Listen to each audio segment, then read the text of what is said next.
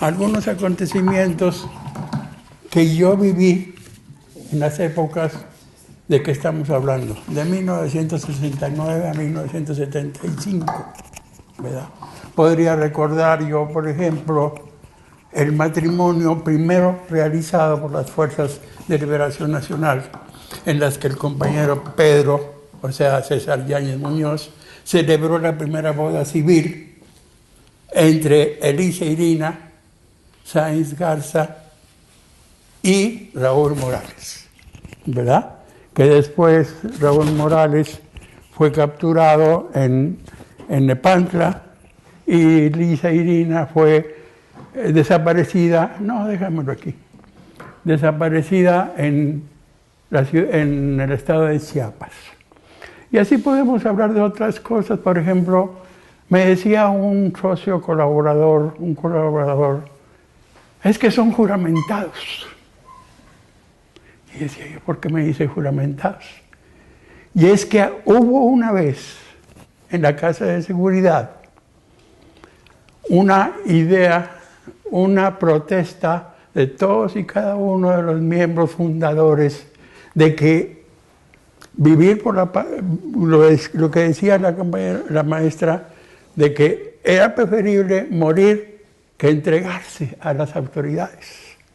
Primero era mucho más importante la seguridad que la vida misma de los integrantes del movimiento fundador. ¿Sí? Era preferible morir, ¿sí?, que entregarse a las autoridades en caso de una situación de esa naturaleza. Y así se pueden contar innumerables anécdotas. Por ejemplo, que la Casa de Seguridad que está retratada ahí en ese texto estaba a 100 metros del Palacio de Gobierno. Y que, por ejemplo, el ingeniero Mario Sánchez le encantaban los taquitos al vapor. Y me decía, oye, tráeme unos taquitos al vapor, porque ellos estaban internados prácticamente en la Casa de Seguridad y no podían salir. ¿Por qué? Porque acababan de llegar del estado de Chiapas, ¿sí?, y tenían la posibilidad de ser detenidos por haber pertenecido a las fuerzas comandadas por Mario Menéndez Rodríguez, director de la revista ¿Por qué?, en aquella época, ¿verdad? Y cosas simples así, montones y montones y montones de hechos y anécdotas acaecidas en aquellas épocas. A mí me tocó conocer muchas de esas situaciones que estoy planteando. Ahora, pues la maestra diseñó toda una estructura y prácticamente esto viene siendo una pequeña copia de lo que ella dijo, ¿verdad? Sin embargo, voy a darle lectura a esto. Y le voy a dar lectura por una sola razón, porque mi memoria ya es vieja y ya no funciona muy bien. Entonces tengo que sujetarme a lo escrito. Ahora, muchas cosas de estas sí no son del texto, pero la mayor parte, sobre todo en los comunicados, tiene un fondo ideológico, sobre todo para ver la organización y la formación que tuvo el Frente de Liberación Nacional. ¿Sí? Si hay algunas preguntas respecto de lo que voy a leer por aquí, me interrumpen, no tengo ningún problema por esa razón. Dice, la Casa de Todas y Todos tiene a bien presentar la primera parte del texto histórico sobre la creación de las Fuerzas de Liberación Nacional. Esta primera parte la ubicamos en los tiempos de 1969 a 1974, comprendiendo 5 años de lucha revolucionaria de las Fuerzas de Liberación Nacional. En esta primera parte, que trasciende el tiempo, 46 años de distancia, sus primeros 5 años contienen lo siguiente. Primero, los fundadores, y segundo, los comunicados confidenciales. La integración del grupo de fundadores se constituyó en la siguiente forma. A mí me consta todo esto. Los compañeros Carlos Arturo, voy a nombrarlos, designarlos con los nombres normales, reales, no los nombres de combate. Los nombres de combate los van a encontrar ustedes en el texto, si lo quieren comprar, ¿verdad? La integración del grupo de fundadores se constituyó en la siguiente forma. Los compañeros Carlos Arturo Vives Chapa, Graciano Sánchez y César Yáñez Muñoz fueron alumnos en la Facultad de Derecho y Ciencias Sociales de la Universidad Autónoma de Nuevo León. El compañero Mario Sáenz Garza fue ajefista de la Logia Masónica de Nuevo León y compañero de César Yáñez Muñoz en la Logia Ajefista Vicente Guerrero. La compañera Elisa Irina Sáenz Garza fue hermana carnal de Mario Sáenz Garza. Los compañeros Alfonso y Salvador formaron parte del Ejército Insurgente Mexicano y después de su destrucción se integraron como fundadores de las Fuerzas de Liberación Nacional. El compañero Mario Sánchez Acosta, el Jarocho, se integró a las Fuerzas de Liberación Nacional como fundador por la relación dada dentro de los movimientos que se realizaron en ese tiempo en la Universidad Autónoma de Nuevo León y en diversos movimientos huelguísticos de trabajadores de las empresas Medalla de Oro y General Electric. La integración completa del grupo de fundadores se dio dentro del tiempo en que pertenecieron a la organización denominada Instituto Mexicano Cubano de Relaciones Culturales. En esos tiempos y en ese lugar y en esos lugares, los compañeros fundadores realizaron estudios sobre la realidad de México y tomaron la decisión de integrarse al Ejército Insurgente Mexicano. El fracaso de dicho ejército permitió crear las bases para la formación de las Fuerzas de Liberación Nacional, analizando una parte de su desarrollo a través de los comunicados confidenciales de dichas fuerzas. Yo recuerdo cuando ellos se reintegraron a la ciudad de Monterrey, después del fracaso del ejército insurgente. Se perdieron todos los instrumentos de trabajo de los guerrilleros. Se perdieron todas las cosas que tenían y se tuvo que reorganizar de nuevo, no solamente la estructura ideológica, sino también las bases prácticas de lo que constituía los instrumentos de una guerrilla, o sea, las armas y todo lo demás que se necesitaba. Segundo, los comunicados confidenciales. Este es un breve análisis de algunas partes de los comunicados confidenciales. Los integrantes de las Fuerzas de Liberación Nacional llegaron en aquel momento a tener la conciencia de que el deber de la hora era hacer la revolución, como lo manifestó usted hace un ratito. Y como soldados conscientes, comprendían las órdenes de su clase, que en ese momento estaba constituida por la dirección de las Fuerzas de Liberación Nacional. O sea, no había una clase obrera, no había una clase campesina, no había lucha de clases. La dirección era la clase social que determinaba. No había posible el marxismo o esto, aquello, que los campesinos, que la CNC, que la CTM, nada de organización. La dirección militar era la clase social a la que se debía de aceptar como tal. El siguiente punto es la militancia. La parte indispensable de los métodos y la formación de la militancia era la disciplina, la forma de actuar, su formación y método para acatar las órdenes superiores. Otro elemento de la militancia lo constituía el cumplimiento, la puntualidad y la discreción, que eran medios y compañeros inseparables en esta guerra revolucionaria. Esos elementos son básicos para un guerrillero, para un revolucionario. Si no se tiene la disciplina y no se tiene la puntualidad, la discreción y el cumplimiento, vas a ser un fracaso. Porque es un sistema vertical. Tú no, como decía ella, la información, no tienes por qué saber todas las cosas, simplemente lo que te corresponde y se acabó.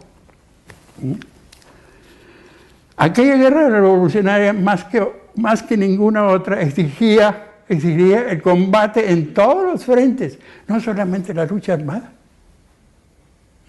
sino todo el tipo de lucha en todas las formas predecibles para llegar al triunfo definitivo. Y su arma fundamental sería la ideología que llevara a todo el pueblo a fundirse con el movimiento.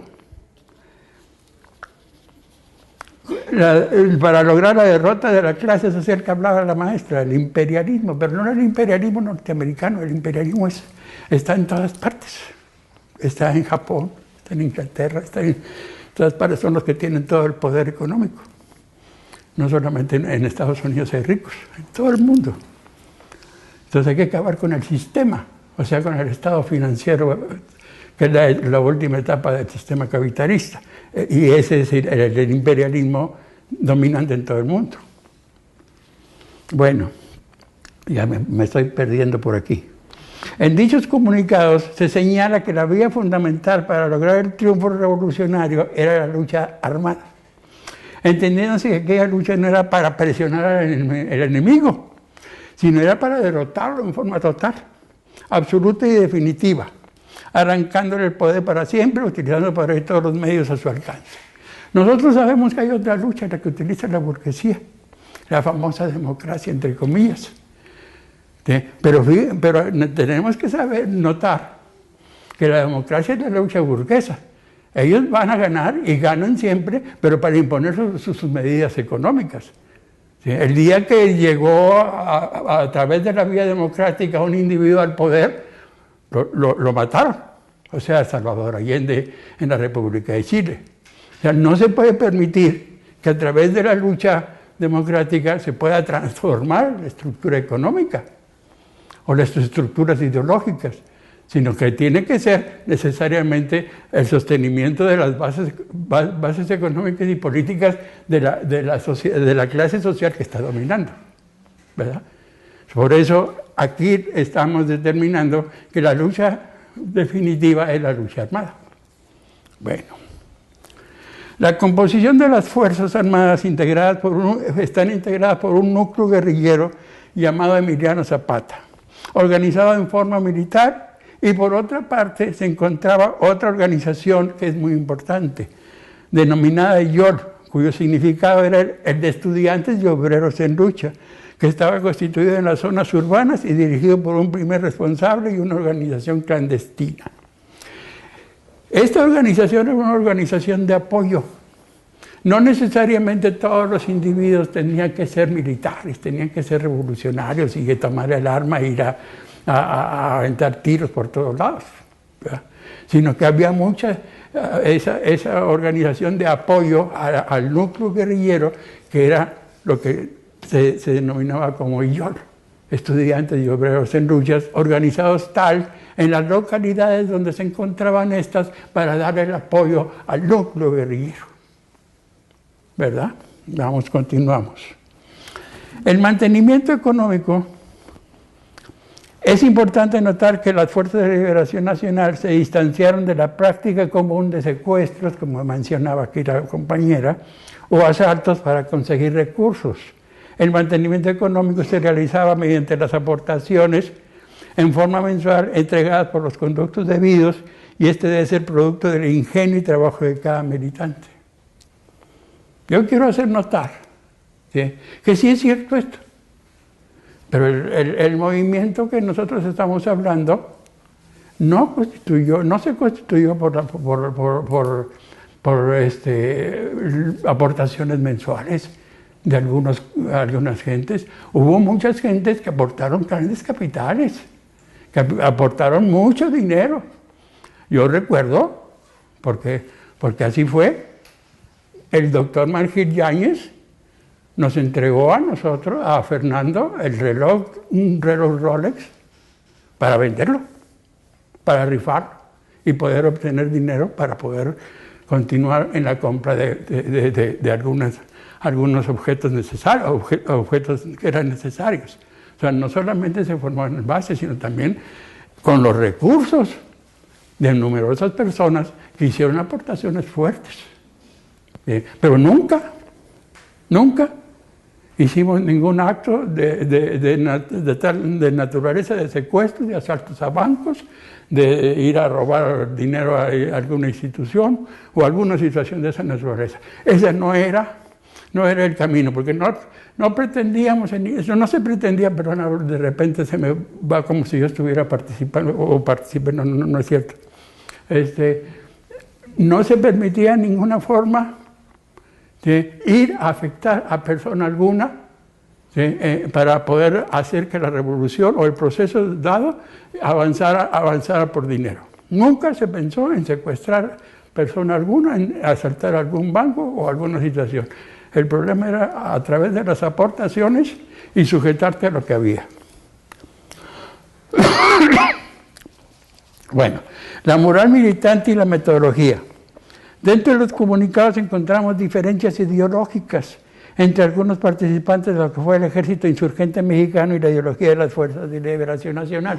Aquí vamos a hacer una distinción entre los integrantes que constituyeron la primera base del ejército mexicano insurgente mexicano.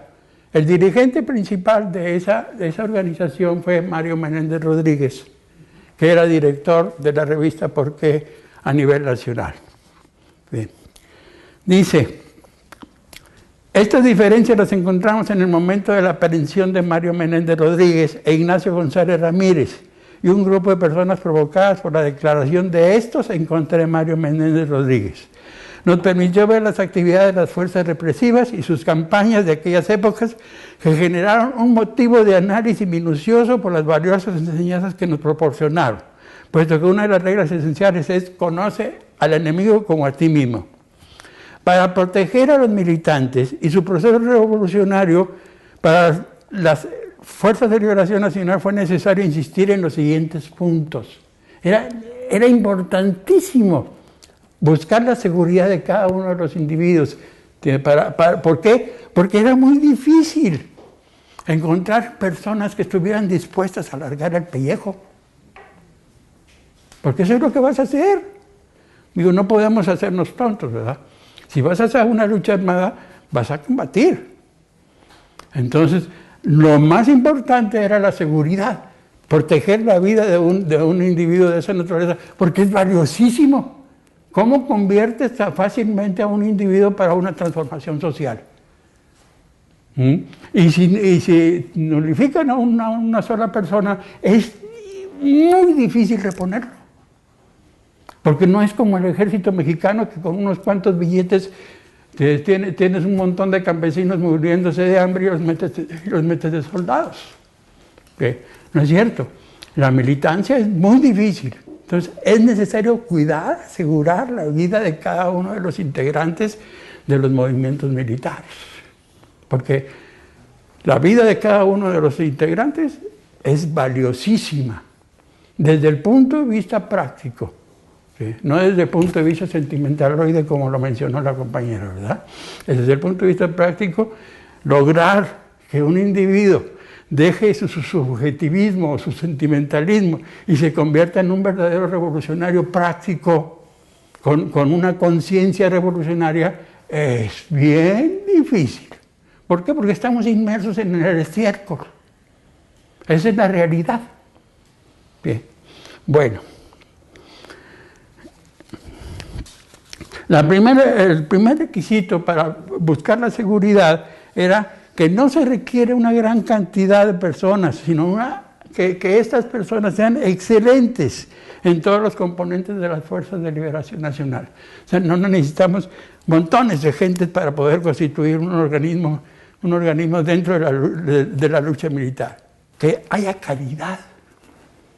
Que haya calidad. ¿Por qué? Si nosotros analizamos el contenido de los comunicados, vemos la calidad tan enorme que tenían los compañeros fundadores. Yo nunca tuve esa capacidad de hacer un análisis de esa naturaleza. Y sin embargo ellos tenían esa capacidad, esa objetividad de hacer un análisis correcto de la realidad. No funcionó, ¿verdad? Bueno, pues eso es lo que los actuales deben de 3 minutos. Ah, bueno, ya voy a terminar. El reclutamiento se hace previa consulta y autorización del superior responsable, detallando antecedentes y grado de disponibilidad del candidato. Tercero, la responsabilidad del superior se confiere tareas y se informa a este de los resultados, ignorando a los no comisionados y la tarea de los demás. Jamás se comunica con operadores, familiares o amigos de la organización de sus trabajos. Jamás se reúne a todos los miembros de la organización y se les dan nombre real o datos personales a los demás. En caso de persecución, comuníquese al responsable en primer término, pues él posee la fórmula para protegerlo y enviarlo al lugar seguro, y por ningún concepto entregarse a las organizaciones represivas, sea cuáles fueran las amenazas o promesas que éstas hicieran. Jamás se violen los reglamentos de seguridad establecidos por el superior. Jamás desobedecer una orden. Jamás actuar por su cuenta y jamás delatar a un compañero. Díganme ustedes, ¿quién tiene todos estos elementos? Si lo primero que hacemos es luego empezar a hablar por todos lados. Y no más que no nos aprieten tantito el cinto porque empezamos a cantar como canarios, ¿verdad? Si no, no es tan fácil. Todo esto que he escrito forma parte del rescate histórico de las Fuerzas de Liberación Nacional, de sus militantes, mujeres y hombres que lucharon por la liberación de nuestro país. Este primer cuaderno de trabajo nos explica claramente cuáles fueron los motivos de la lucha por la liberación y los principios y los valores que practicaron y siguieron los fundadores y militantes de esta primera etapa de las Fuerzas de Liberación Nacional. Ahora estaremos a la espera del segundo y tercer cuaderno de las siguientes etapas que seguramente nos aportarán más elementos para entender la lucha de liberación de antes y de ahora. Es todo, jóvenes.